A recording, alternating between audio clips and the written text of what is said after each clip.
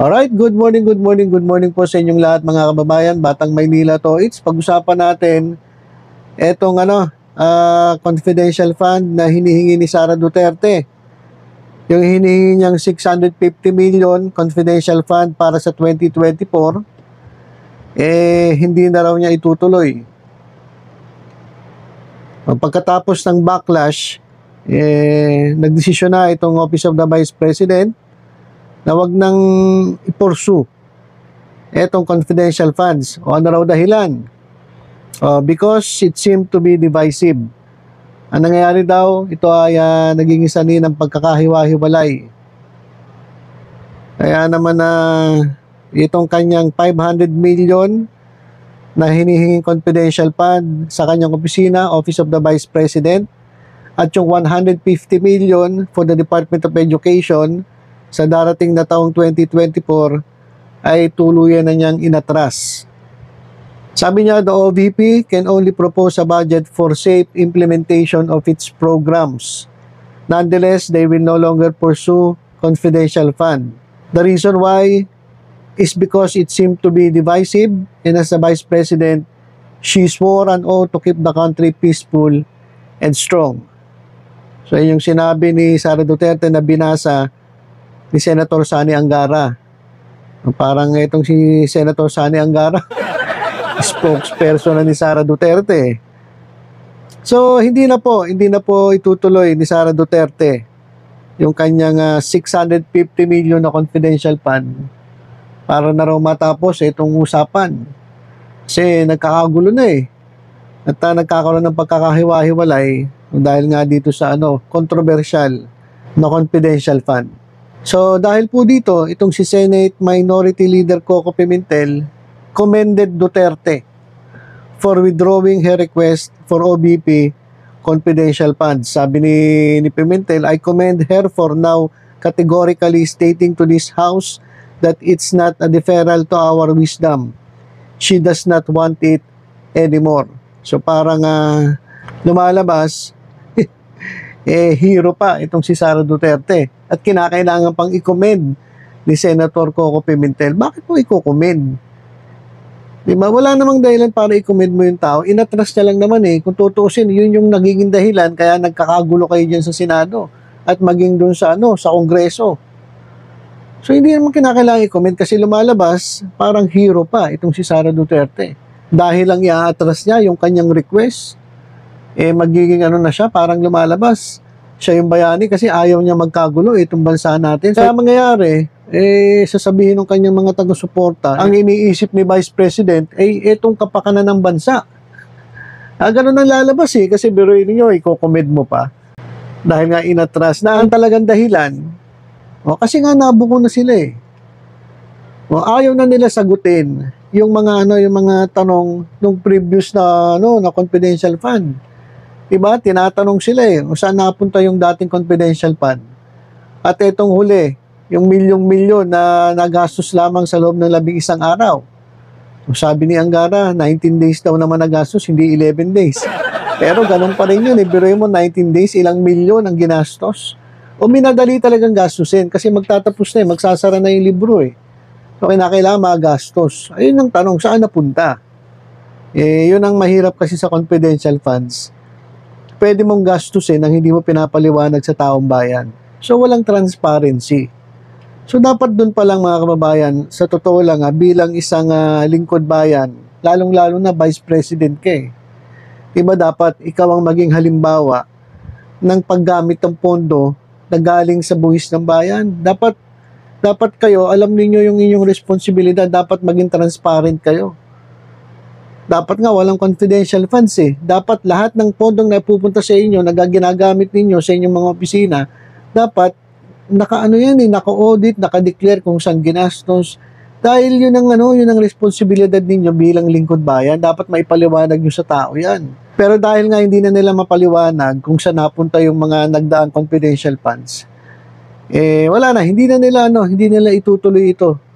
Kasi mabubuko sila kung saan nila ginastos At ayaw na nila magsalita. Kaya nangyari, wag nyo na, sige, wag nyo nang ibigay. Hindi ko na kukunin yan. So parang sinasabi niya, wag niyo na akong tanungin doon sa nangyari sa nung nakaraan. Kasi hindi ko na nga itutuloy eh. So, etong ganito nangyari mga kababayan. Inatras niya yung kanyang request. So lumalabas, bayani siya kasi ayaw niya raw magkaroon ng pagkakahiwa-hiwalay ang mga Pilipino. Pero ang totoo, unang-una umiwas siya sa mga tanong dun sa nakaraang confidential fund na nagastos nila. Sigurado kapag hindi niya na pinurso ito, wala nang question. Hindi na siya ka-questionin dun sa nagastos niya. Wala nang mangyayaring ganong tanungan.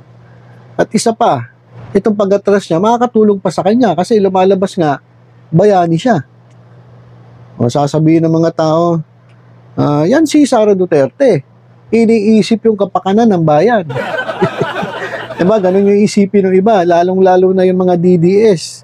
Pagmamalaki nila itong si Sara Duterte na makabayan. Kasi nga, biro mo, inatras yung kanyang budget, 650 million, para lang wala ng gulo, para hindi magkahiwa-hiwalay itong mga Pilipino.